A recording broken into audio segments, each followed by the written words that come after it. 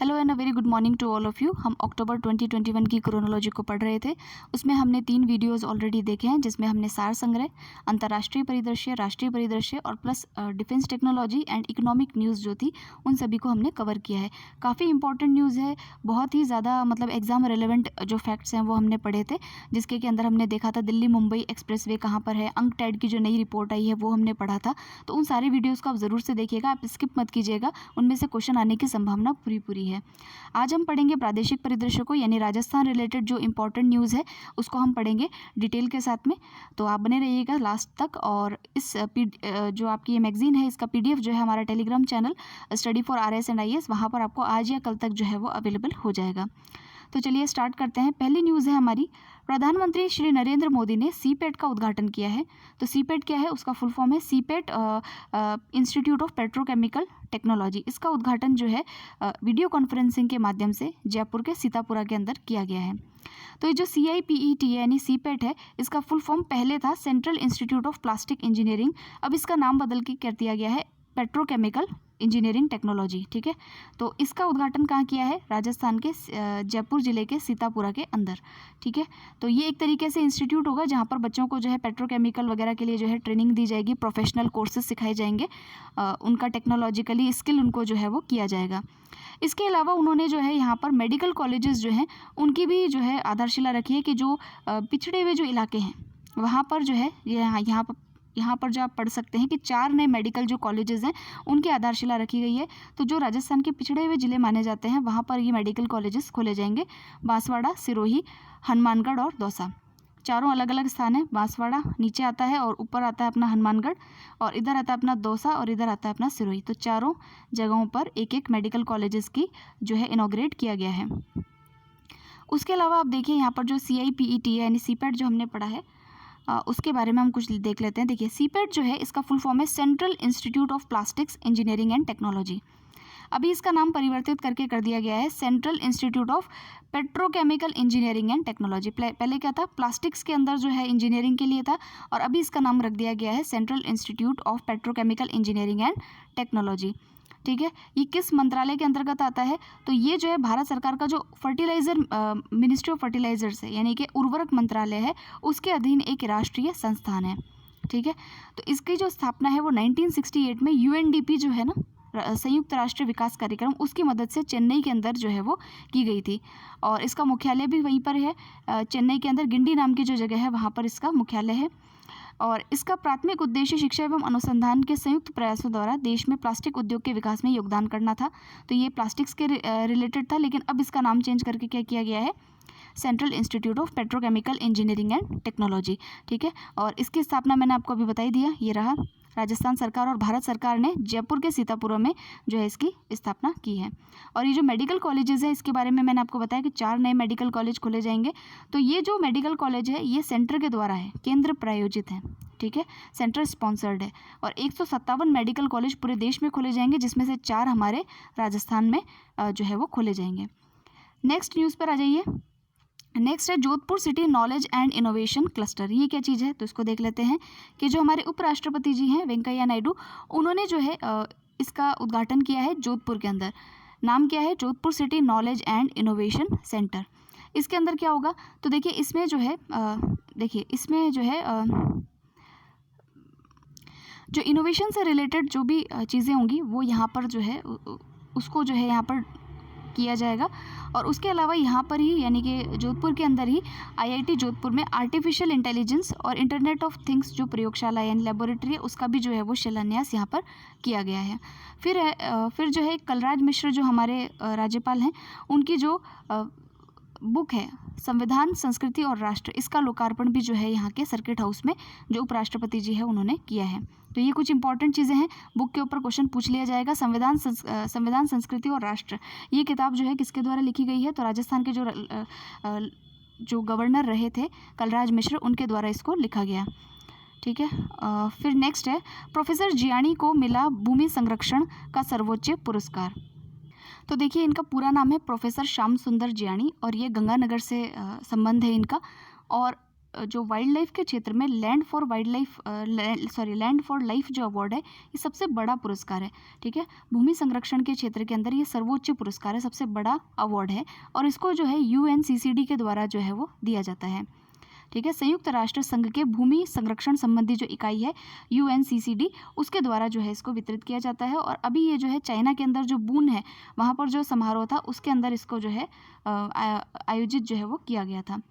तो अब इनके बारे में कुछ पढ़ लेते हैं। तो गंगानगर जिले के रायसिंह नगर तहसील के गांव के ये निवासी हैं और वर्तमान में बीकानेर के राजकीय डूंगर कॉलेज में समाजशास्त्र के एसोसिएट प्रोफेसर हैं। ठीक है, और इसके अलावा देखिए इनको कोस्टारिका जो कि अमेरिकी देश है वहाँ पर विश्व मरुस्थलीकरण दिवस, ठीक है, उसके वैश्विक आयोजन में भूमि संरक्षण में अति विशिष्ट योगदान के लिए भी इनको पुरस्कार जो है वो दिया गया था। फिर देखिए नेक्स्ट है कि संयुक्त राष्ट्र का यह पुरस्कार जो है लैंड फॉर लाइफ अवार्ड भूमि संरक्षण का विश्व का सर्वोच्च पुरस्कार जो है वो माना जाता है। तो हमारे भारत के किसी व्यक्ति को मिल रहा है तो काफ़ी इंपॉर्टेंट भी है और गर्व का विषय भी है, तो इनका नाम आप ध्यान रखिएगा। फिर नेक्स्ट है हमारी जो लेजिस्लेटिव असेंबली है यानी हमारी जो विधानसभा है वहाँ पर एक बिल पारित हुआ है। उस बिल का नाम है अवयस्क विवाह पंजीकरण संबंधी विधेयक। ठीक है, इसका कहने का मतलब ये है कि जिन्होंने चाइल्ड मैरिज भी जो हुई है उस चाइल्ड मैरिज को भी रजिस्टर कराना जो है उसको आवश्यक कर दिया गया है। इस बिल के माध्यम से जो है 30 दिन के अंदर जो भी विवाहित जोड़े हैं जो कि अवयस्क भी हैं तो उनको भी जो है अपना रजिस्ट्रेशन कराना अनिवार्य कर दिया गया है। तो यहाँ देखिए विधेयक के अनुसार 21 वर्ण ने 21 और वधु ने 18 वर्ष की आयु पूर्ण न की हो तो उनके माता पिता या संरक्षण को विवाह होने की तारीख से 30 दिन के भीतर जो है रजिस्ट्रार को आवेदन ज्ञापित करना ज़रूरी होगा, कंपलसरी होगा। ठीक है, और क्या क्या जो है इस बार वाली विधानसभा के जो सत्र है उसके अंदर क्या क्या कार्य किया गया है तो कुछ इंपॉर्टेंट होगा हम देख लेते हैं। तो विधानसभा में पारित अन्य प्रमुख विधेयक हैं कि जो ग्राम विकास जो ग्राम सेवक होते हैं, ग्राम सेवकों की अभी भर्ती आ रही है, उसका नाम बदल करके ग्राम विकास अधिकारी जो है वो रखा गया है, यानी कि विलेज डेवलपमेंट ऑफिसर। सेवक जो है थोड़ा अच्छा नहीं लगता, लो क्लास लगता है, तो ऑफिसर नाम जो है वो रखा जाएगा। फिर नेक्स्ट है इसमें राजस्थान कृषि विश्वविद्यालयों की विधियों में कुछ संशोधन किया गया है। क्या संशोधन किया गया है कि जो है 2020 का जो ये विधियों संशोधन वाला जो विधेयक है उसमें कहा गया है कि कोई भी व्यक्ति कुलपति के रूप में नियुक्त किए जाने के लिए तब तक पात्र नहीं होगा जब तक वह किसी विश्वविद्यालय या महाविद्यालय में कृषि शिक्षा में आचार्य के रूप में 10 साल का अनुभव ना रखता हो। ठीक है, ऐसे ही नहीं किसी को भी उठा करके बना देंगे। जब तक उसको 10 ईयर का एक्सपीरियंस ना हो कृषि महाविद्यालयों में शिक्षक का, तब तक उसको जो है इस पद पर नहीं बैठाया जाएगा। फिर है शैक्षिक प्रशासनिक संगठन में किसी समकक्ष पद पर 10 वर्ष का अनुभव, मतलब दो चीज़ें हैं, या तो वो टीचर का अनुभव या फिर शैक्षणिक प्रशासनिक संगठन में किसी समकक्ष पद पर इक्विवेलेंट जो पोजीशन होती है उस पर 10 ईयर्स का जो है अनुभव रखने वाला और सत्यनिष्ठा, नैतिक आचार और संस्थागत प्रतिबद्धता के उच्चतम स्तर वाला कोई प्रख्यात शिक्षाविद ना हो। ठीक है, तो उनको जो है ये इस पद पर तभी बैठाया जाएगा। ठीक है, फिर है दंड विधियाँ। इसके अंदर क्या किया गया है तो इस दंड विधियाँ में एक संशोधन किया गया है। उसमें कहा है कि जो मिलावटी खाद्य पदार्थ हैं और नकली औषधियों की बिक्री को सख्ती से रोकने और गड़बड़ करने वालों को सजा दिलाना है। इस विधेयक में जिला मुख्य चिकित्सा एवं स्वास्थ्य अधिकारी को भी कार्यवाही की शक्तियाँ जो है वो दी गई है। तो इतना कोई विशेष नहीं है, इसको हम छोड़ भी सकते हैं। फिर कुछ पावर ऑफ अटॉर्नी को लेकर के। पावर ऑफ अटॉर्नी का यही मतलब होता है कि हम जो है अपनी पावर्स जब है किसी को ट्रांसफ़र करते हैं तो पावर ऑफ अटॉर्नी कहलाती है। तो इसमें यह भी कहा गया है कि किसी व्यक्ति का जीवित प्रमाण पत्र रजिस्ट्री के समय अगर आप पावर ऑफ अटॉर्नी कराते हैं तो उस समय आपको देना पड़ेगा, ताकि जो है पावर ऑफ अटॉर्नी का दुरुपयोग जो होता है ना कि मृत्यु के बाद भी संपत्ति का कोई दुरुपयोग कर ले तो उसको रोका जा सके। तो जीवित सर्टिफिकेट देना अनिवार्य कर दिया गया है। फिर क्या है इसके अंदर और, तो फिर जो नेक्स्ट है उसको देखते हैं। मुख्यमंत्री चिरंजीवी जीवन रक्षा योजना, ये क्या है तो देखिए जो सड़क दुर्घटनाएं होती है उसमें अगर कोई व्यक्ति कम समय में घायल व्यक्ति को हॉस्पिटल पहुंचाता है उसको 5,000 रुपये का 5,000 रुपये और एक प्रशस्ति पत्र यानी सर्टिफिकेट जो है प्राइज़ के रूप में दिया जाएगा। ये काफ़ी इंपॉर्टेंट और काफ़ी अच्छी पहल है, तो इसका नाम याद रखिएगा, मुख्यमंत्री चिरंजीवी जीवन रक्षा योजना। ठीक है, सड़क में जो घायल व्यक्ति है उसको जो अस्पताल पहुँचाने वाला गुड सैमरिटन जिसको कहते हैं, अगर वो व्यक्ति उसको अस्पताल कम समय में ले जाता है तो उसको 5,000 रुपये इनाम में और प्रशस्ति पत्र जो है वो दिया जाएगा। और इसके तहत देखिए कि बजट भी आवंटन किया गया है और बजट के तहत 5 करोड़ रुपये जो है वो अलॉट अलॉट किए गए हैं सड़क सुरक्षा कोष के अंतर्गत, और यहाँ से जो है उन व्यक्तियों को ये दिया जाएगा। नेक्स्ट है बेरोजगारी भत्ते हेतु स्कूल अस्पताल में कार्य करना होगा अनिवार्य। तो जो बेरोजगारी भत्ता मिलता है उसके लिए अब ऐसा नहीं कि घर बैठे बैठे बेरोजगारी भत्ता मिलेगा, उसके लिए स्कूल और जो हॉस्पिटल्स है वहाँ पर आपको इंटर्नशिप या इंटर्न के रूप में जो है वो जो है अपने को कार्य करना पड़ेगा, तभी ये भत्ता जो है वो दिया जाएगा। तो इसमें देखिए कौशल नियोजन और उद्यमिता राज्य मंत्री अशोक चांदना ने विधानसभा को सूचित किया कि सरकार के बजट घोषणा पत्र में राज्य के सभी बेरोजगारों को बेरोजगारी भत्ता दिए जाने की घोषणा नहीं की गई थी। शिक्षित बेरोजगार को 3500 रुपये प्रति माह तक देना तय किया गया था, जहां न्यूनतम शैक्षणिक योग्यता जो है वो स्नातक रखी गई थी। यानी कि अगर बेरोजगारी भत्ते की बात की जाए तो सभी लोगों को बेरोजगारी भत्ता नहीं मिलता है। उसके लिए क्राइटेरिया होता है कि वो शिक्षित बेरोजगारों को 3500 रुपये मिलेंगे, जिसमें भी उसका ग्रेजुएशन कंप्लीट होना चाहिए। वर्तमान में प्रदेश में पंजीकृत स्नातक बेरोजगार आशार्थियों को बेरोजगारी भत्ता देने के लिए राजस्थान बेरोजगारी भत्ता योजना जो है संचालित की जा रही है। अपितु फरवरी माह 2019 से मुख्यमंत्री युवा संबल योजना 2019 भी संचालित की जा रही है, और राजस्थान बेरोजगारी भत्ता योजना 2012 जिसको अक्षत योजना भी कहा जाता है उसको 31 जनवरी 2019 तक ही वो लागू थी। तो ये कुछ योजनाएं थी, लेकिन इसमें अभी क्या बदलाव किया गया है कि जो भी बेरोजगारी भत्ता पाने वाले लोग हैं उनको स्कूल और हॉस्पिटल्स में जो है वो कार्य करना अनिवार्य होगा। फिर नेक्स्ट हम देखते हैं, सो नेक्स्ट न्यूज़ है वो है थार मरुस्थल में मिले डायनासोर प्रजाति के पदचिन्ह। जो हमारा थार मरुस्थल है कहाँ पर है, जैसलमेर के अंदर है। तो वहाँ पर वैज्ञानिकों को जो है कुछ फॉसिल्स मिले हैं, यानी जीवाश्म मिले हैं, और वो जो है पता लगता है कि डायनासोर्स के 3 तरह के जो प्रजातियाँ हैं उनके पैरों के निशान हैं। ठीक है, तो वहाँ के देखिए जैसलमेर के थायट गाँव के पास में ये पदचिन्ह जो है वो मिले हैं। तो अगर पूछ ले कि थायट गाँव अभी चर्चा में क्यों था, तो वहाँ पर डायनासोर की प्रजातियों के पदचिन्ह जो है वो मिले हैं। तो इसमें देखिए कि डायनासोर की प्रजातियां जिनके पदचिन्ह खोजे गए हैं उनका नाम है यूब्रोनेट्स CF जाइगेंटस और इब्रोनेट्स ग्लेनोरोसाइसिस और ग्रेलेटोर टेनुइस। ओके, फिर है यह खोज राजस्थान राज्य के पश्चिमी भाग में इन विशाल सरीसृपों की उपस्थिति को प्रमाणित करता है, और यह स्पष्ट करता है कि यह क्षेत्र जो है मेसोजोइक एरा के दौरान टेथिस महासागर के समुद्र तट का निर्माण करते थे। यानी कि कितना पुराना ये जो एरिया है, ताकि जिससे कि यहाँ पर जो है मेसोजोइक एरा के जो है हमको अवशेष जो है भी देखने को मिले हैं। फिर देखिए खोजे गए जो जीवाश्म से संबंधित अन्य तथ्य क्या हैं। खोजी गई डायनासोर की प्रजातियों को थेरोपोड प्रकार का माना जाता है, जिसमें खोखली हड्डियों और 3 पैर वाले अंगों जैसे उंगलियों जैसी संरचना की विशिष्ट विशेषताएं होती हैं।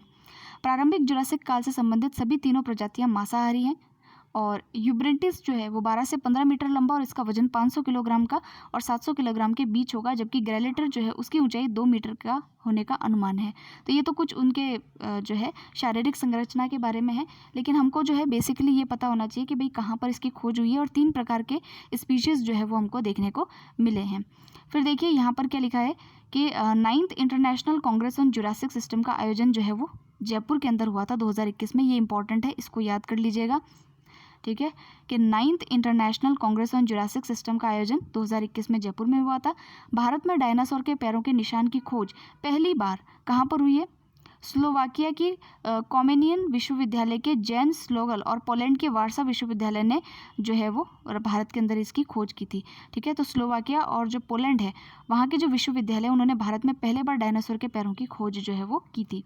और ये जो international Congress on Jurassic system है इसका आयोजन अभी कहाँ हुआ, जयपुर के अंदर हुआ था। तो ये इंपॉर्टेंट है।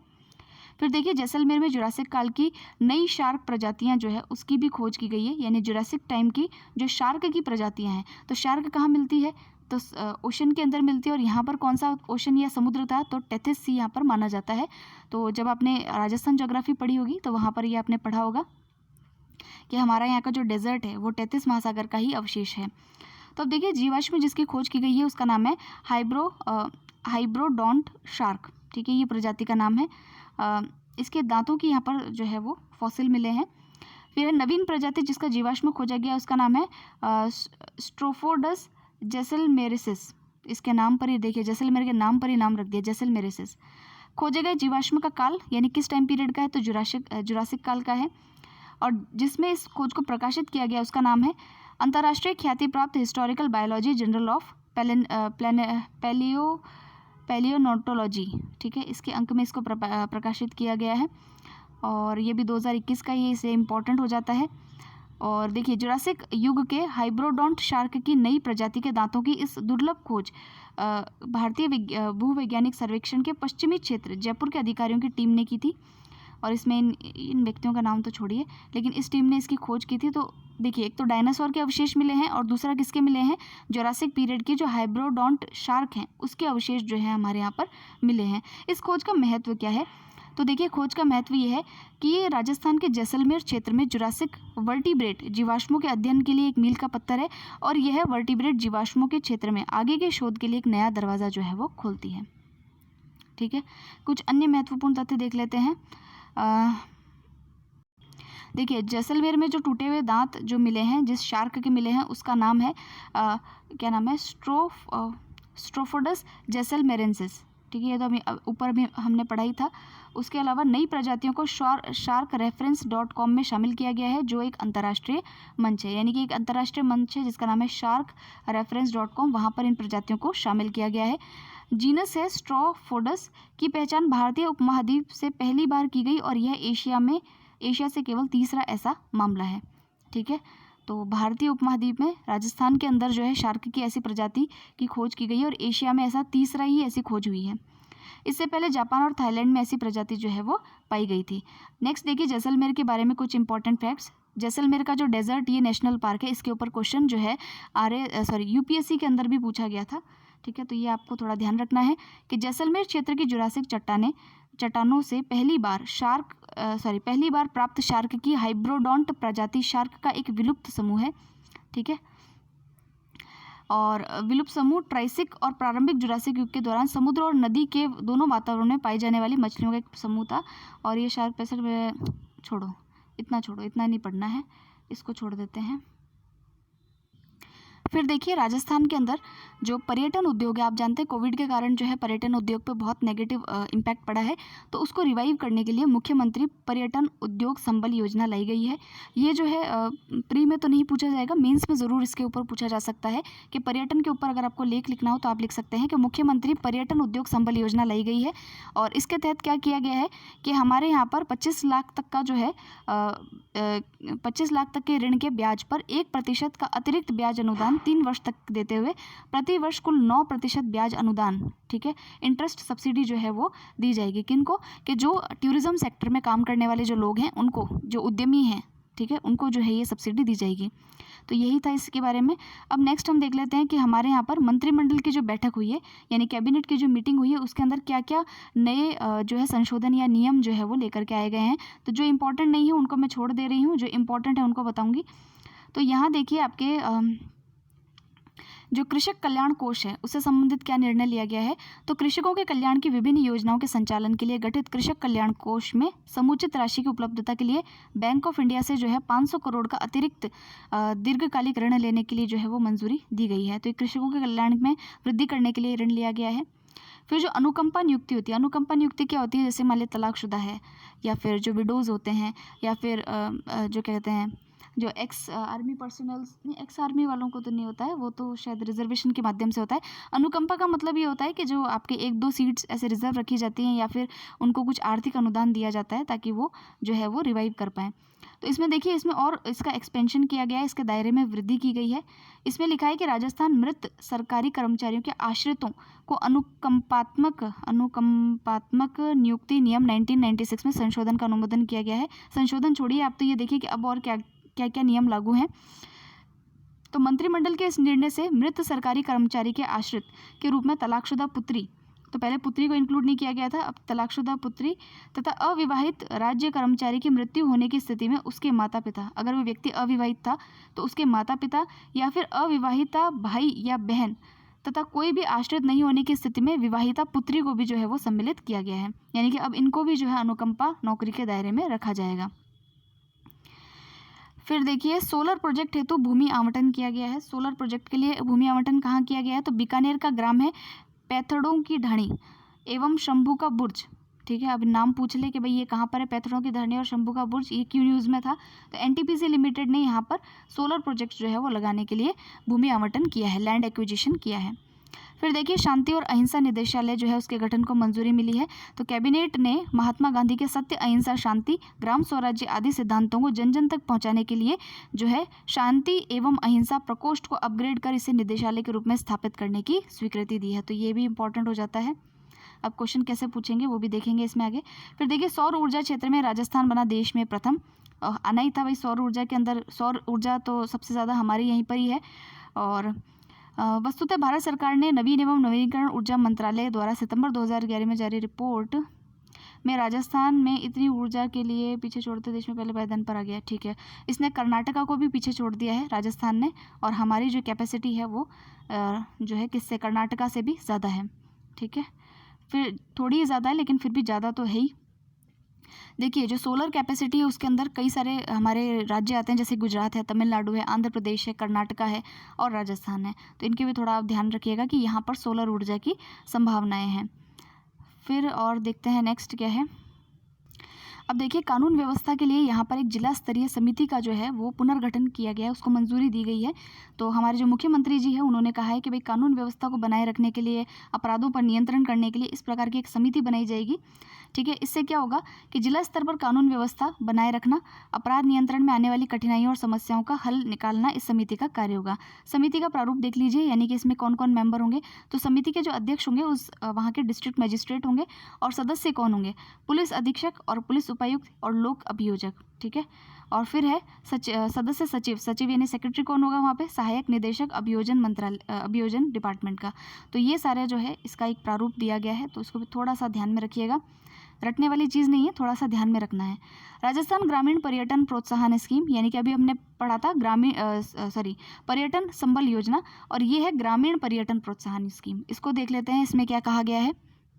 तो देखिए यहाँ पर भी वही सेम चीज़ है कि भाई जो आपका रूरल एरिया होता है, यानी कि ग्रामीण जो जगहें होती है, वहाँ पर जो ये दस्तकार होते हैं, हस्तकलाएं वाले लोग होते हैं, नृत्यकार होते हैं, संगीतकार होते हैं, तो इनको रोज़गार देना और इनके रोज़गारों के अंदर जो है इनका विकास करना, और यहाँ पर पर्यटन को जो है बढ़ावा देने के लिए ये एक प्रोत्साहन स्कीम जो है वो लाई गई है। और इसके तहत क्या करेंगे ये देखिए, सबसे पहली चीज़ कि हमारे जो चीफ सेक्रेटरी हैं, मुख्य सचिव हैं निरंजन आर्य, उनकी अध्यक्षता में बैठक ली गई थी और उन्होंने कुछ बातें बताई है इसमें।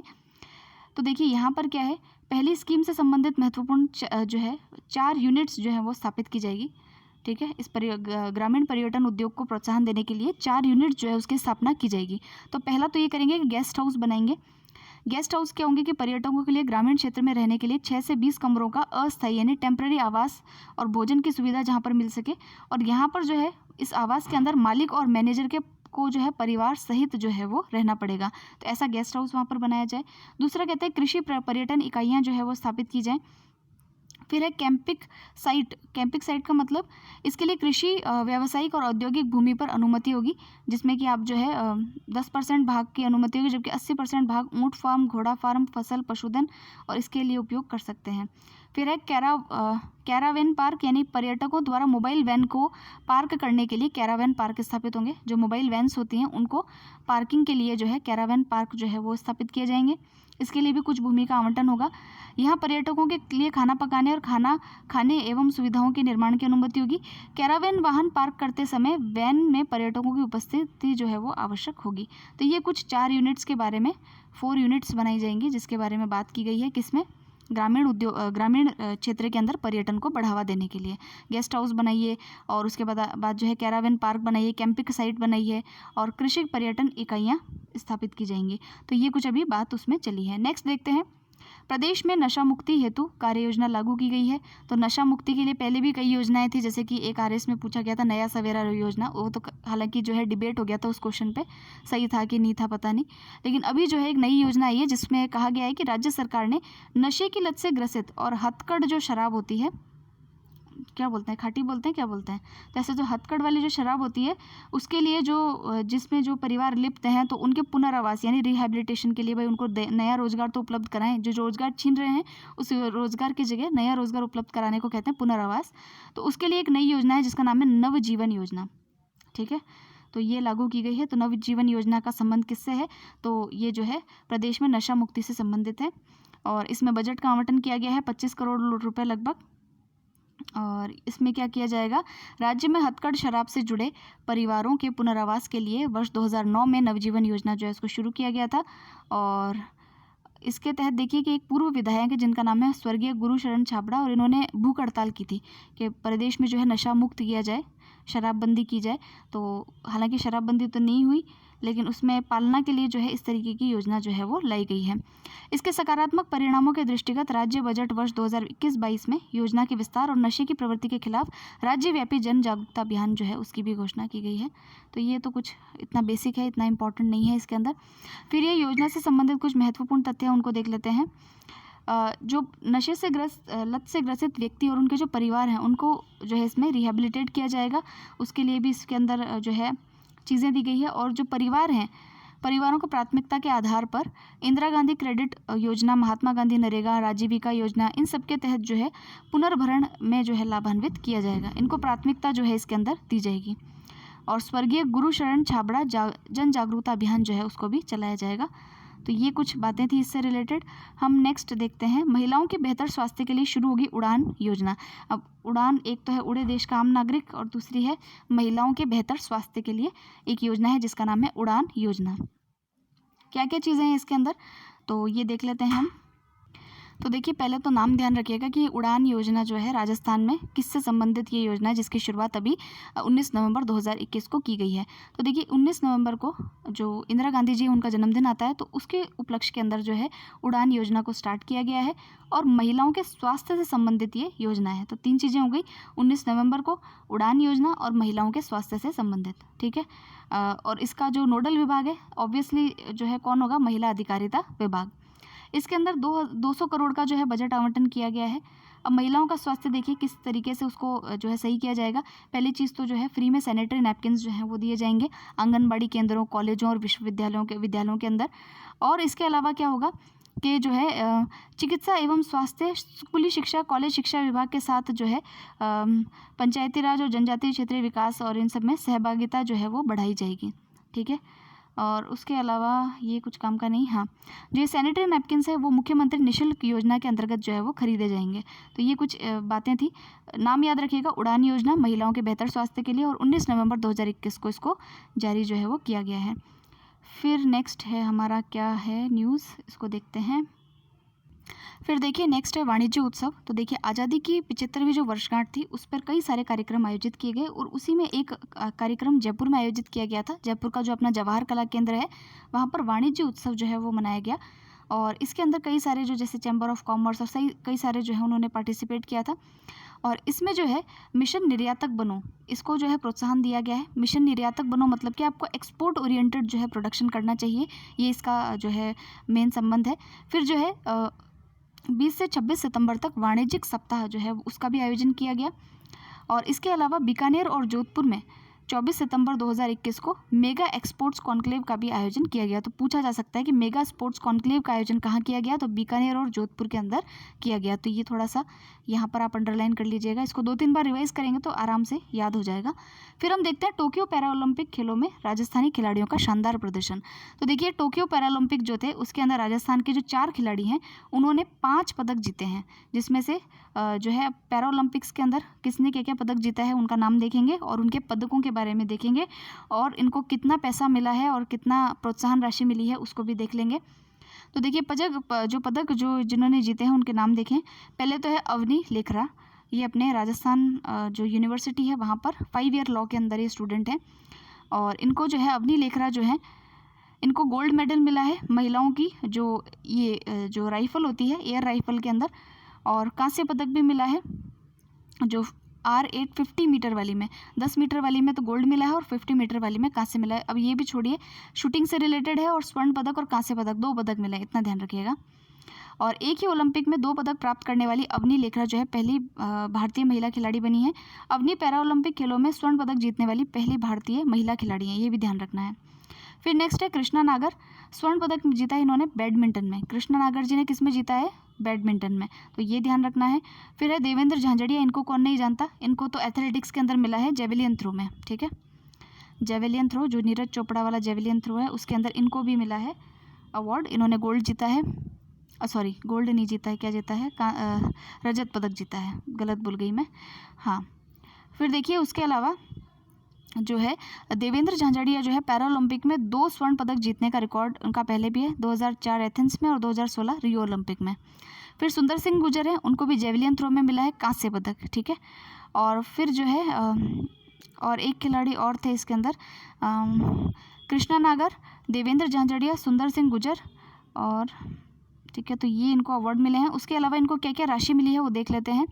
तो राज्य सरकार द्वारा टोक्यो पैरा ओलंपिक में स्वर्ण पदक जीतने वाले को 3 करोड़, रजत जीतने वाले को 2 करोड़ और कांस्य जीतने वाले को 1 करोड़, 3, 2 और 1 करोड़ की इनाम राशि दी गई है, ठीक है। उसके अलावा इनको जो है देखिए सरकारी नौकरी और शहरी क्षेत्र में प्लॉट और ग्रामीण क्षेत्र के अंदर 25 बीघा जो है कृषि भूमि जो है वो भी दी जाएगी। तो ये इनके लिए गिफ्ट्स हो गए। और एक हमारे व्यक्ति और रह गए हैं जिनका नाम है श्याम सुंदर स्वामी। ये जो है पैरा तीरंदाजी के अंदर इन्होंने पार्टिसिपेट किया था, ठीक है। और Sandeep Chaudhary para athletics javelin throw. तो इनके कुछ ये जो खिलाड़ी हैं इनके नाम याद रखने हैं प्लस इनके खेल याद रखने हैं, ये पूछे जा सकते हैं। फिर चलते हैं नेक्स्ट, हमारे यहाँ पर नेक्स्ट न्यूज़ क्या है। फिर नेक्स्ट न्यूज़ है प्रदेश के 3 शिक्षक जो हैं उनको राष्ट्रीय पुरस्कार से सम्मानित किया जाएगा। राष्ट्रीय शिक्षक पुरस्कार इनको दिया जाएगा, पता नहीं नाम पूछा जाए कि नहीं, पढ़ लेते हैं एक बार। एक तो है अचला वर्मा, ये पिलानी बिट्स पिलानी की होंगी, नहीं, बिरला बालिका विद्यापीठ गणित की शिक्षिका हैं और इनको जो है गणित को मनोरंजक बनाने के लिए पुरस्कार दिया गया है। नाम है अचला वर्मा, कहाँ की है, पिलानी की। जय सिंह जो है उनको दिया जाएगा, ये वरिष्ठ खेल शिक्षक हैं और राजकीय उच्च माध्यमिक विद्यालय झुंझुनू से इनका संबंध है। और फिर है दीपक जोशी, ये जो है दो तो देखिए झुंझुनू के अंदर ही है, पिलानी और दूसरा पिलानी की हैं एक तो मैडम अर्चला वर्मा और ये जय सिंह, ये दोनों वहीं के हैं। और फिर है तीसरे दीपक जोशी और इनको विज्ञान के शिक्षक है और ढांडूसर बीकानेर से इनका संबंध है। फिर नेक्स्ट देखिए ये इंपॉर्टेंट है, शिवानी मीणा जो है उनको ओपन कास्ट जो खदान होती है, ओपन कास्ट जो माइंस होती हैं वहाँ पर काम करने वाली पहली उत्खनन इंजीनियर ये बनी है। देखिए हमारा देश कितना मतलब तरक्की कर रहा है कि अब जा कर के जो है आज़ादी के 75 साल बाद मित्रों किसी को जो है किसी महिला को जो है उत्खनन इंजीनियर बनाया गया है, पहली बार बनी है। तो राजस्थान की शिवानी मीणा जो है वो कोल इंडिया की शाखा सेंट्रल कोल फील्ड्स लिमिटेड के रजरप्पा क्षेत्र में एक मशीनीकृत ओपन कास्ट जो माइन है, कहाँ पर ये माइन, तो ये जो है कोल इंडिया की जो शाखा है वहाँ पर जो है उत्खनन इंजीनियर के रूप में इनको ये पद मिला है। उन्हें हैवी अर्थ मूविंग मशीनरी के रखरखाव की मरम्मत की जिम्मेदारी जो है वो दी गई है और ये पहली ऐसी महिला इंजीनियर हैं, ठीक है। फिर है 60वें राष्ट्रीय ओपन एथलेटिक्स चैंपियनशिप, इसमें राजस्थान की परफॉर्मेंस देखनी है। इसका आयोजन कहाँ किया गया, तो तेलंगाना के वारंगल में इसका आयोजन हुआ और वहाँ पर जो है जवाहरलाल नेहरू स्टेडियम के अंदर हुआ। और राजस्थान के एथलीटों ने 3 स्वर्ण और 1 रजत पदक और 1 कांस्य पदक इसमें जीता है। इन खिलाड़ियों के नाम आप ध्यान रखिएगा कि इनका संबंध कहाँ से है। स्वर्ण पदक जीतने के लिए चूरू जिले की है मंजू बाला, उन्होंने जो है क्या कहते हैं उसको, हैमर थ्रो जो होता है उसके अंदर ये पदक जीता है। फिर जो है राजसमंद जिले की सोनल सुखवाल, उन्होंने जो है पैदल चाल के अंदर इसको जीता है, इस पदक को जीता है। फिर है डेकाथलॉन में यमनदीप शर्मा ने स्वर्ण पदक जीता है और रजत पदक में सोनल सुखवाल पैदल चाल और कांस्य पदक में राजस्थान के ही वनम शर्मा शॉटपुट के अंदर और जो है उत्तर पश्चिम रेलवे के जयपुर मंडल की शर्मिला ने इस पदक को जीतने में सफलता हासिल की है, ठीक है। फिर है कुछ शॉर्ट न्यूज़ देख लेते हैं राजस्थान की। ये जो अवार्ड है एक बार आप दोबारा से पढ़ लीजिएगा कि किस किस व्यक्ति को जो है मिले हैं, क्योंकि ये खिलाड़ी जो है इसके ऊपर क्वेश्चन पूछ लेते हैं, ये उठा के ही क्वेश्चन पूछते हैं कि कौन सा खिलाड़ी इस किस खेल से संबंधित है। फिर हम सोचते हैं कि ये खिलाड़ी तो चर्चित ही नहीं था, तो कहीं ना कहीं तो चर्चा में आया होगा इसीलिए पूछा है, तो आप उन खिलाड़ियों को एक बार और देख लीजिएगा। अब हम कुछ जो है शॉर्ट न्यूज़ है उनको देख लेते हैं। तो राजस्थान न्यूज़ इन शॉर्ट में पहली न्यूज़ है राजस्थान कोऑपरेटिव कोड, ये किताब है, ठीक है। इस किताब को लिखा है राज्य के सहकारिता आंदोलन के जो विधिक पक्ष थे ना उसको सबको इसके अंदर संकलित किया है और लिखने वाली जो व्यक्ति है उनका नाम है डॉक्टर लीला पुरुषोत्तम, उन्होंने इसका जो है उसको लिखा है। और यहाँ के जो सहकारिता मंत्री हैं उदयलाल आंजना, उन्होंने इसका विमोचन किया। तो राजस्थान कोऑपरेटिव कोड क्या है, एक तरीके से पुस्तक है जिसमें विधिक पक्ष जो है सहकारिता से संबंधित यानी कोऑपरेटिव से संबंधित जो भी हमारे विधिक पक्ष है उनको इसमें संकलित किया गया है। फिर देखिए कि भारत सरकार की एक योजना है जिसका नाम है किसान सम्मान निधि योजना, ठीक है। किसान सम्मान निधि योजना जो है उसके अंदर कृषक की जो परिभाषा है, फार्मर की जो डेफिनेशन है वो चेंज की गई है। फार्मर की डेफिनेशन उसमें क्या है, डेफिनेशन ये है कि उस व्यक्ति को ही कृषक मानेंगे जिसका पूरा परिवार वो व्यक्ति और उसका पूरा परिवार सिर्फ और सिर्फ कृषि पर ही निर्भर हो और कोई आजीविका का कोई साधन नहीं है, ठीक है, उसी को ही कृषक माना जाएगा। तो हमारे यहाँ पर कहा गया, हमारे जो यहाँ के विधानसभा के स्पीकर हैं जिनका नाम है CP जोशी जी, उन्होंने कहा कि केंद्र सरकार की जो ये योजना है सिर्फ इसी के अंदर जो ये परिभाषा है ना, सिर्फ इसी को ही माना जाएगा, लेकिन और जो योजना है उसमें इस परिभाषा को नहीं माना जाएगा, ठीक है। तो ये थोड़ा सा ध्यान में रखना है।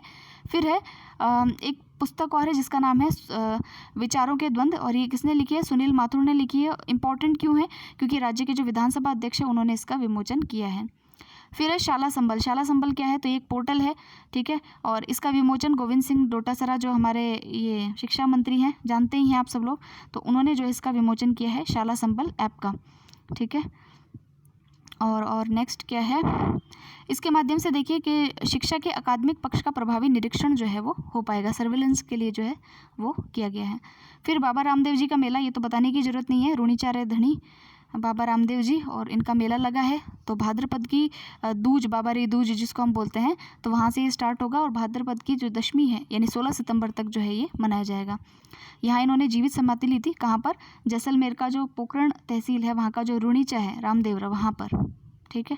फिर नेक्स्ट देखते हैं, तो देखिए ग्रीन टैक्स नाम का एक नया टैक्स जो है वो लगाया गया है। तो किसके ग्रीन टैक्स का मतलब आप समझ ही रहे हैं, जो प्रदूषण होता है वाहनों से उसको कम करने के उद्देश्य से जो है प्रदेश में ग्रीन टैक्स जो है उसको 2006 के अंदर जो है वो जारी किया गया था, लगाया गया था पहली बार।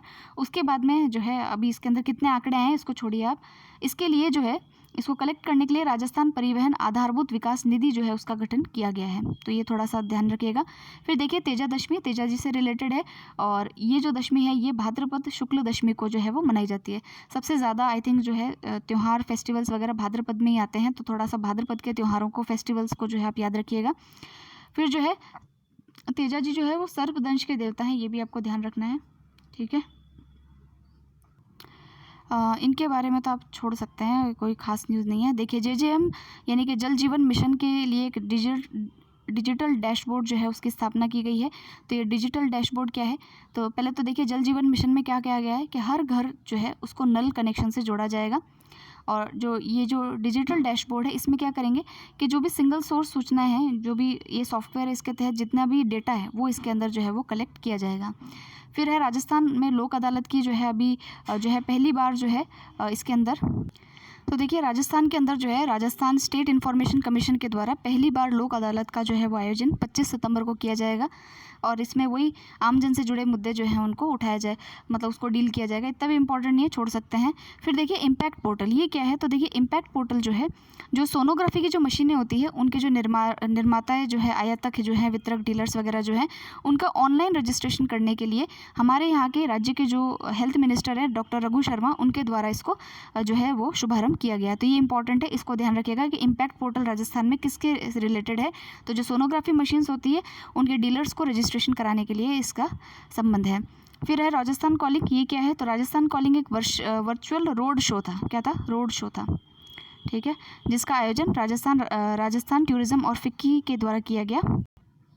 देखिए नेक्स्ट है ग्रामीण आई स्टार्ट योजना। राजस्थान कॉलिंग मैंने बता ही दिया था कि वर्चुअल रोड शो है। ग्रामीण आई स्टार्ट योजना क्या है? तो आई स्टार्ट जो है स्टार्टअप से रिलेटेड है, और इसका जो है इसको पहले भी हम पढ़ चुके हैं कि स्टार्टअप से रिलेटेड है। तो ग्रामीण क्षेत्रों में स्टार्टअप्स बढ़े उसके लिए ग्रामीण आई स्टार्ट योजना बनाई गई है, और इसमें बजट भी आवंटित किया गया है। बजट कितना है? तो देखिए 1.65 करोड़ रुपए जो है अतिरिक्त बजट का प्रावधान जो है इस बार इसमें किया गया है। इसका लाभ किसको होगा? तो ग्रामीण क्षेत्र के जो युवा हैं, जो स्टार्टअप के माध्यम से उद्यमिता और नवाचारों का विकास जो है वो करना चाहते हैं, उनको इससे लाभ होगा। तो ये थोड़ा सा आप ध्यान में रखेंगे। फिर हम नेक्स्ट देखते हैं PMSSY योजना। इसमें क्या है? तो मुख्यमंत्री अशोक गहलोत ने इस योजना के तहत कोटा का जो मेडिकल कॉलेज है उसमें चिकित्सा उपकरणों के लिए राज्यांश के रूप में 10 करोड़ रुपए जो है अतिरिक्त जो है प्रावधान करने का निर्णय लिया है। तो ये जो है प्रधानमंत्री स्वास्थ्य सुरक्षा योजना उसके तहत जो है ये आवंटित किया गया है, और इसका उद्देश्य है देश में किफ़ायती, विश्वसनीय और तृतीयक देखभाल सेवाओं की उपलब्धता में, यानी जो सर्विस सेक्टर है आपके उसमें असंतुलनों को दूर करना, गुणवत्तापूर्ण आयुर्विज्ञान शिक्षा के लिए संस्थानों की संख्या में वृद्धि करना, ये सारा चीज़ है। तो अब देखिए जो आपका ये है प्रधानमंत्री स्वास्थ्य सुरक्षा योजना, इसके 2 घटक हैं। एम्स जैसे संस्थानों की स्थापना और सरकारी मेडिकल कॉलेजों का उन्नयन। तो इसी के अंतर्गत हमारे यहाँ पर जो कोटा का जो मेडिकल कॉलेज है उसमें इस बजट का प्रावधान किया गया है। तो ये थोड़ा ध्यान रखेंगे आप कि प्रधानमंत्री जो आपका क्या नाम है इसका, हेल्थ सुरक्षा जो योजना है, स्वास्थ्य सुरक्षा योजना जो है, इसके 2 घटक है, एम्स जैसे संस्थानों की स्थापना और जो ऐसे संस्थान बने हुए हैं, मेडिकल कॉलेजेस बने हुए हैं, उनका उन्नयन करना। ठीक है। फिर नेक्स्ट है कृषि महाविद्यालय डूंगरपुर। इसमें क्या किया गया है, तो देखिए यहाँ पर जो है कृषि महाविद्यालय जो डूंगरपुर है वहाँ पर महाराणा प्रताप कृषि एवं प्रौद्योगिकी विश्वविद्यालय उदयपुर की जो संगठक इकाई के रूप में स्थापित कृषि महाविद्यालय डूंगरपुर है उसका शुभारंभ किया गया है। और यहाँ पर जो है पेटेंट कार्य, रोबोटिक्स और जो क्या कहते हैं नव परिवर्तन के लिए मेवाड़ ऋतु ऐप, इन सब के बारे में जो है वो जानकारियाँ दी गई है। तो ये हमारे राज्यपाल के द्वारा ये कार्य किया गया। और यहाँ पर जो है विशेष बात क्या है कि राजस्थान सरसों, बाजरा सहित कई फसलों के उत्पादन में देश भर में अग्रणी है और दुग्ध उत्पादन में हम पूरे इंडिया के अंदर ऑल ओवर में 2nd पोजीशन पर आते हैं। तो ये कुछ वैसे ये जो मैं अभी आपको राजस्थान इन शॉर्ट न्यूज़ पढ़ा रही हूँ ये लेस इंपॉर्टेंट न्यूज़ के उसमें आती है, तो एक बार हम रीड करेंगे, इसलिए मैं इसको थोड़ा जल्दी भी बोल रही हूँ। आप ये मत कहिएगा कि बहुत फास्ट पढ़ा दिया। तो आप इसको जो है इसी के अंदर टिक लगा लीजिएगा कि एक 1 रीडिंग ही लेनी है आपको इसकी, थोड़ा सा ध्यान रहे। बाकी इसमें से कोई विशेष क्वेश्चन बनने जैसी संभावना अभी दिख नहीं रही है। फिर देखिए स्वामी श्री प्रभुपाद जी जो महाराज हैं ये कहाँ के हैं, तो ये देखिए इस्कॉन, आपने नाम सुना होगा इस्कॉन। इन्होंने क्या किया, जो ये जो हमारे भगवान कृष्ण हैं और इनकी जो भक्ति है इसको जो है विदेशों तक में फैलाया था। स्वामी श्री श्री श्री श्री श्री प्रभुपाद जी महाराज जो है इन्होंने जो है इसको विदेशों के अंदर फैलाया था और इनकी जयंती जो है वो अभी मनाई गई है और ये इस्कॉन के संस्थापक रहे हैं। ठीक है। तो अगर आप इस्कॉन टेम्पल जाते हैं, यहाँ मानसरोवर के अंदर इस्कॉन टेम्पल है, तो वहाँ पर आप इनकी मूर्ति भी देखेंगे, तो बड़ी जीवंत मूर्ति जो है वो लगती हैं। फिर नेक्स्ट है, देखिए नेक्स्ट न्यूज़ है इंदिरा रसोई के ऊपर कि जो कोटा, सवाई माधोपुर और भरतपुर का जो रेलवे प्लेटफॉर्म है वहाँ पर रेल यात्रियों को इंदिरा रसोई की योजना के तहत सस्ता और गुणवत्तापूर्ण खाना जो है वो दिया जाएगा। तो ये जो हमारे चीफ सेक्रेटरी हैं निरंजन आर्य, उनके तहत ये एक जो है बैठक ली गई थी जिसमें इस बात को कहा गया। फिर देखिए आयुर्वेदिक विश्वविद्यालय जोधपुर। तो राजस्थान में वेलनेस, टूरिज्म और आयुर्वेद को बढ़ावा देने के क्रम में जोधपुर स्थित डॉक्टर सर्वपल्ली राधाकृष्णन आयुर्वेद विश्वविद्यालय में एक international centre of excellence in panchakarma और एक ड्रग टेस्टिंग लैब की स्थापना के साथ साथ रसायनशाला का विस्तार जो है वो किया जाएगा। तो ये थोड़ा इंपॉर्टेंट है, ध्यान रखिएगा। जोधपुर के अंदर जो आयुर्वेद विश्वविद्यालय है वहाँ पर ये कार्य किए जा रहे हैं। ठीक है। फिर है राजस्थान ग्रामीण ओलंपिक खेल। तो ये राजस्थान ग्रामीण ओलंपिक खेल जो है राज्य में युवा मामले व खेल विभाग द्वारा ग्रामीण प्रतिभाओं को तराशने और गाँव में खेल का वातावरण बनाने के लिए राजस्थान ग्रामीण ओलंपिक खेल जो है उनको आयोजित किया गया। और ये पहला अवसर होगा जब पूरे राज्य में 50 लाख खिलाड़ी एक ही दिन ग्रामीण ओलंपिक खेलों में भाग लेंगे। ठीक है। राजस्थान ग्रामीण ओलंपिक खेल राज्य के सभी ग्राम पंचायतों में आयोजित किए जाएंगे, जिसमें कुल 6 प्रकार के जो खेल है उनका आयोजन होगा, जिसमें कबड्डी है, शूटिंग है, वॉलीबॉल है, टेनिस बॉल है, क्रिकेट है, खो खो है, वॉलीबॉल है और हॉकी, इन सारे गेम्स को इसमें शामिल किया गया है। और प्रत्येक ग्राम पंचायत स्तर पर खेलों के आयोजन, खिलाड़ियों को दी जाने वाली ड्रेस, खेल सामग्री और पारितोषिक के लिए 25,000 से अधिक राशि जो है वो व्यय की जाएगी। राज्य सरकार इन खेलों पर 43 करोड़ रुपीज़ जो है वो खर्च करने वाली है। फिर नेक्स्ट हम देखते हैं, फिर नेक्स्ट है अंतरा इंजेक्टेबल कॉन्ट्रासेप्टिव। तो कोरोना काल के अंदर जो है ये परिवार प्रशिक्षण और ये जो है परिवार कल्याण वाले जो कार्यक्रम है इसकी निरंतरता बनाए रखने के लिए जो है इसको लॉन्च किया गया था और ई ट्रेनिंग मॉड्यूल वगैरह जो है इसके अंदर लॉन्च किए गए थे। हमारे यहाँ के स्वास्थ्य मंत्री के द्वारा इसको जारी किया गया। राष्ट्रीय परिवार कल्याण कार्यक्रम के अंतर्गत जो है इसको जो है 2016 के अंदर जो है इसको शामिल किया गया था, अंतरा इंजेक्टेबल कॉन्ट्रासेप्टिव को। नेक्स्ट है मातृ वंदना सप्ताह। तो ये देखिए प्रधानमंत्री मातृ वंदना योजना को गति प्रदान करने के लिए प्रदेश में मातृ वंदना सप्ताह का आयोजन किया गया। ये पूछा जा सकता है, 1 से 7 सितंबर तक इसका आयोजन किया गया था। ठीक है। और इसकी थीम थी मातृ शक्ति राष्ट्र शक्ति। ठीक है। फिर है सस्टेन बाय कार्टिस्ट, बाय यानी कि खरीदना। ठीक है। जवाहर कला केंद्र जो है वहाँ पर जवाहर कला केंद्र के साथ कार्टिस्ट ने सस्टेन बाय कार्टिस्ट एग्जीबिशन पुराने कार के जो पार्ट्स हैं और जो ऑटोमेटिव जो वेस्ट होता है उनके उपयोग के से ऑटो पार्ट्स की अपसाइक्लिंग को बढ़ावा देने और डिज़ाइनर फर्नीचर को क्यूरेट करने के लिए एक पहल की शुरुआत की है और ये पूरे सभी ज़िलों के अंदर जो है इसको लागू किया जाएगा। ठीक है। फिर नेक्स्ट है कृषक कौशल संवर्धन एवं पर्यावरण संरक्षण कार्यक्रम। तो ये तो है काफ़ी जो है इजी चीज़ है। इसमें देखिए जो विधानसभा के अध्यक्ष हैं डॉक्टर सीपी जोशी, उन्होंने कृषक कौशल संवर्धन एवं पर्यावरण संरक्षण नवाचार की शुरुआत की है। इसके तहत क्या कहेंगे, इसके तहत इन्होंने कहा है कि देखो सीखो और करो का सिद्धांत पर केंद्रित ये नवाचार है। नवाचार मतलब कि किसानों को कहा गया है कि आप नवाचार कैसे करोगे, तो नवाचार करने के लिए आपको हम जो है 400 किसानों को इन फला जो जगह है वहाँ पर जो कृषि विश्वविद्यालय होंगे वहाँ पर आपको भ्रमण कराएंगे। वहाँ पर आप खेती से संबंधित चीज़ों को देखिएगा और अपनी उपज बढ़ाने के लिए आप भी जो है इस तरीके से कार्य करिएगा। तो ये इस तरीके का एक प्रोग्राम है जिसका नाम है कृषक कौशल संवर्धन और पर्यावरण संरक्षण कार्यक्रम। ठीक है, इसके अंतर्गत किसानों को लिया जाएगा। 400 किसानों को राज्य के अजमेर, जोधपुर, ये जो जितने भी कॉलेजेस है जो कृषि से संबंधित विभिन्न प्रतिष्ठित विश्वविद्यालय है वहाँ पर इनको भ्रमण कराया जाएगा। फिर है कॉन्फेड, ये क्या है, तो देखिए राजस्थान जो राज्य सरकार है उनके द्वारा पेंशनर्स और राज्य कार्मिकों को कैशलेस दवाइयों की डोर स्टेप उपलब्धता सुनिश्चित करने के लिए जो है CGHS की तर्ज पर राजस्थान राज्य स्वास्थ्य card, Rajasthan government health scheme योजना लागू की गई है। और RGHS योजना के क्रियान्वयन तथा डोर स्टेप डिलीवरी के लिए कॉन्फेड को स्टेट नोडल एजेंसी जो है वो बनाया गया है। तो ये थोड़ा सा हमको ध्यान रखना है इसमें। फिर देखिए RGHS जो योजना है उसके तहत प्रदेश में सरकारी कर्मचारियों, पेंशनर, पंचायती राज कर्मचारी, शहरी निकायों के जो कर्मचारी है उनको जो है इलाज की सुविधा जो है वो इसमें दी जाती है। ठीक है, अवनी लेखरा जो है, जो अभी आपने पढ़ा था कि जो पैरा ओलंपिक के अंदर जो है गोल्ड भी लाई हैं और कांस्य पदक 2 पदक लेकर के आई हैं, इनको जो है राजस्थान में बेटी बचाओ बेटी पढ़ाओ जो योजना हमारे यहाँ चल रही है उसका ब्रांड एम्बेसडर बनाया है। ठीक है, तो ये इंपॉर्टेंट है, इसको ध्यान रखिएगा। फिर है जेसी महांती, तो राजस्थान राज्य Bharat scout and guide chief commissioner तथा भारत स्काउट एंड गाइड के इंटरनेशनल कमिश्नर जेसी महांती सहित देश के 20 पदाधिकारी व युवा प्रतिनिधियों ने भारत स्काउट व गाइड के नई दिल्ली स्थित जो मुख्यालय है वहाँ उपस्थित होकर विश्व स्काउट जो सम्मेलन है उसका प्रतिनिधित्व किया है। तो इसलिए ये थोड़ा चर्चा में रहे हैं, हालांकि इतना इम्पोर्टेंट मुझे लगता नहीं है। 100 वर्ष के इतिहास में अब तक के सबसे बड़े आयोजन 42वें विश्व स्काउट सम्मेलन की थीम थी ब्रिजिंग द वर्ल्ड। ओके, फिर हम नेक्स्ट देखते हैं राउंड अप के अंदर क्या क्या न्यूज़ है।